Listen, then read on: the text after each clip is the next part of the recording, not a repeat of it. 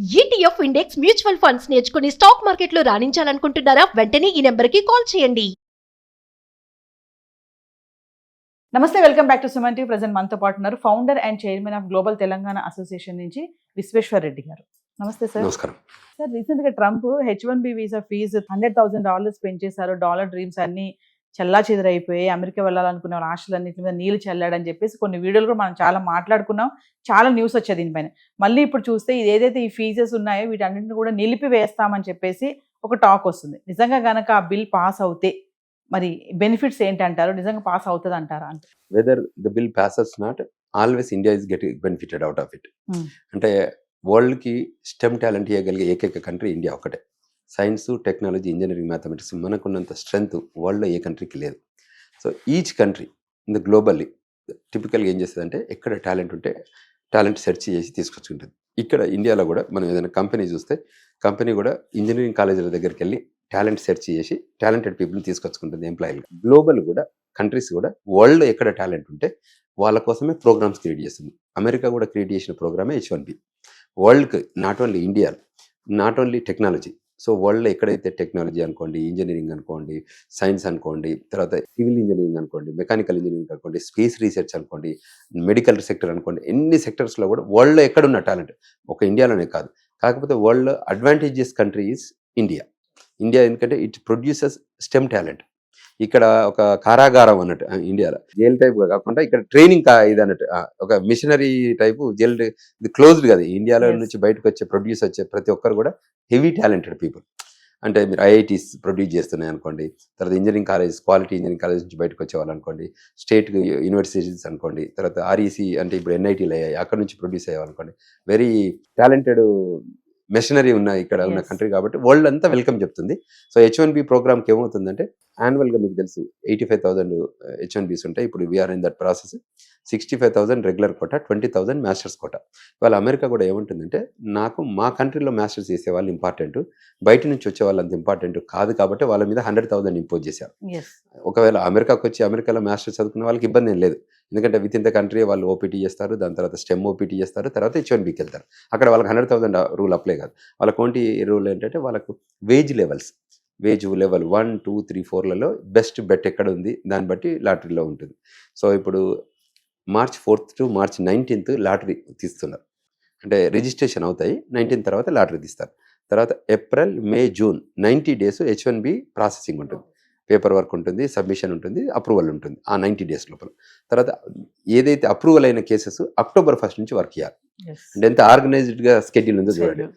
March 4th to March 9th ఒకటి, 19th ఒకటి, తర్వాత April 1st నుంచి ఏప్రిల్, మే, జూన్ 30th ఒకటి, October 1st నుంచి మళ్ళీ ఇమిగ్రేషన్ ఫిజికల్ ఇయర్ అంటారు. అక్కడ మనకి ఇట్లా calendar year, financial year type, Yes. అది ఇమిగ్రేషన్ ఫిజికల్ ఇయర్ అంటారు.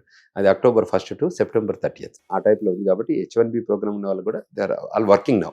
Okay. ఏది బెస్ట్ అయితే ఇండియాకి always at best edge.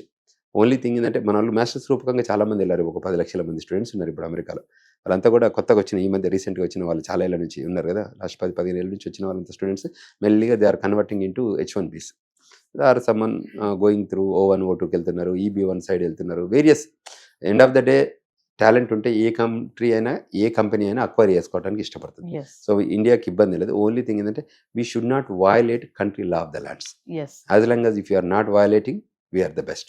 Trump implement చేసినటువంటి ఈ రూల్ ఏదైతే $100,000 ఫీజ్ అని చెప్పారో, మరి ఇప్పుడు దీన్ని కనుక నిలిపివేస్తా అంటే ట్రంప్ దీనికి ఏమి అపోజిషన్ చేయడా సార్? ఉంటుంది. అంటే ఇప్పుడు ఎనీబడి కెన్ రేజ్ దిస్.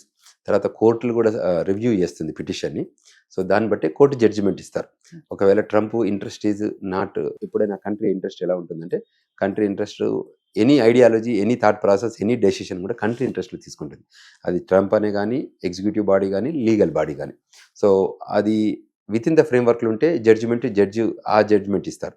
ఫ్రేమ్వర్క్లో లేదు, ఒక సింగిల్ ఫ్రేమ్వర్క్ ఈయన ఐడియాలజీ ప్రకారమే ట్రంప్ పర్సనల్ ఇంట్రెస్ట్ చేస్తారంటే వాళ్ళు కొట్టేయడానికి కూడా ఆస్కారం ఉంది. Yes. So he has to listen to the legal system to.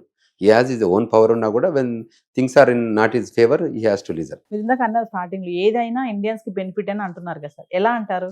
ఎలా అంటారంటే ఎడ్యుకేషనల్గా ఆపర్చునిటీస్. Mm. ఇప్పుడు మనం ఇక్కడ నుంచి ఏదైతే ప్రొడ్యూస్ చేసాం అనుకోండి, వరల్డ్ ఏం చేస్తుంది, వరల్డ్ కూడా టాలెంట్ సెర్చ్ చేస్తుంది. Yes.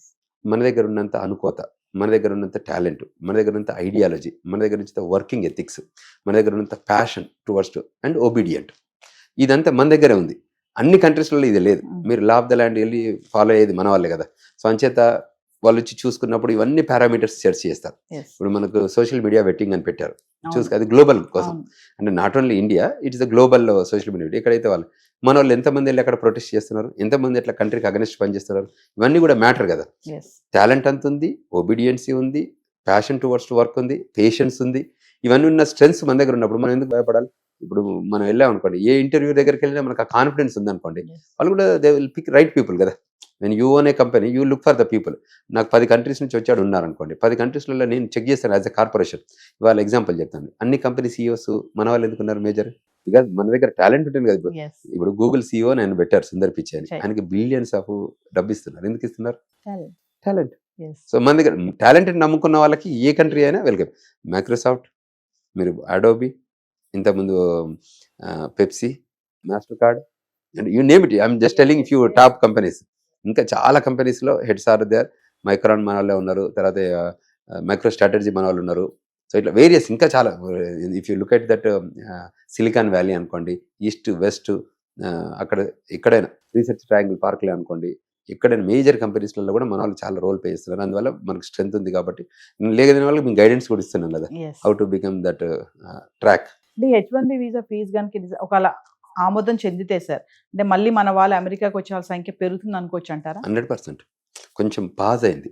ఇప్పుడు సైకిలిక్ ప్రాసెస్ ఉంటుంది చూడండి, అందులో అప్పుడప్పుడు పాజెస్ ఉంటాయి. అట్లుంటేనే reevaluation, sit down, step back, reevaluate, go forward. So ఆపర్చునిటీలో.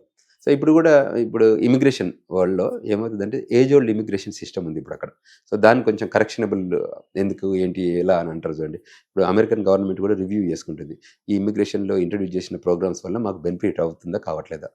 With in the benefit లైన్లో ఉంటే మళ్ళీ they will open up the programme, లేదనుకుంటే they will shut down the programme. Simple thing. అంటే పేరెంట్స్ కూడా చాలా మంది టెన్షన్ పడ్డారు, ఇలా ఫీజు పెంచేస్తే ఇంకా మా పిల్లలు అక్కడికి వెళ్ళి అబ్రాడ్ ఎడ్యుకేషన్ చేయాలంటే కష్టం కదా. ఇప్పుడు కొంచెం రిలాక్స్ అవ్వచ్చు అంటారు. అంటే టూ థింగ్స్ మీరు అబ్రాడ్ ఎడ్యుకేషన్ కి వచ్చిన మాస్టర్స్ వాళ్ళకి 100,000 లేదు. Only people who are coming brand new వెళ్తే వాళ్ళకి. సో వాళ్ళు ఒకవేళ ఎడ్యుకేషన్కి వెళ్ళిన వాళ్ళు మాస్టర్స్ చేస్తున్న వాళ్ళకి ఇస్తుంది. అంటే అమెరికన్ గవర్నమెంట్ కూడా ఏం చేస్తుంది అంటే, ట్రంప్ అడ్మినిస్ట్రేషన్ కూడా, we need talented people, we need experienced people, we need gem of the gems. మా దగ్గర అంటే అమెరికాలో 2 ఏళ్ళు చదివాక ఆటోమేటిక్గా వాళ్ళు they have to recognise that our own college degree we're issuing. అంటే మా ఎకో సిస్టంలో తప్పు ఉందంటే కదా, అది ఫేక్ అయ్యేదంటే. సో ఇప్పుడు ఆ యూనివర్సిటీస్లో వాటికి వెళ్ళి కూడా మంచి డిగ్రీ వస్తుంది కాబట్టి దాని ప్రకారమే ఉంటుంది frame work. Thank you very much.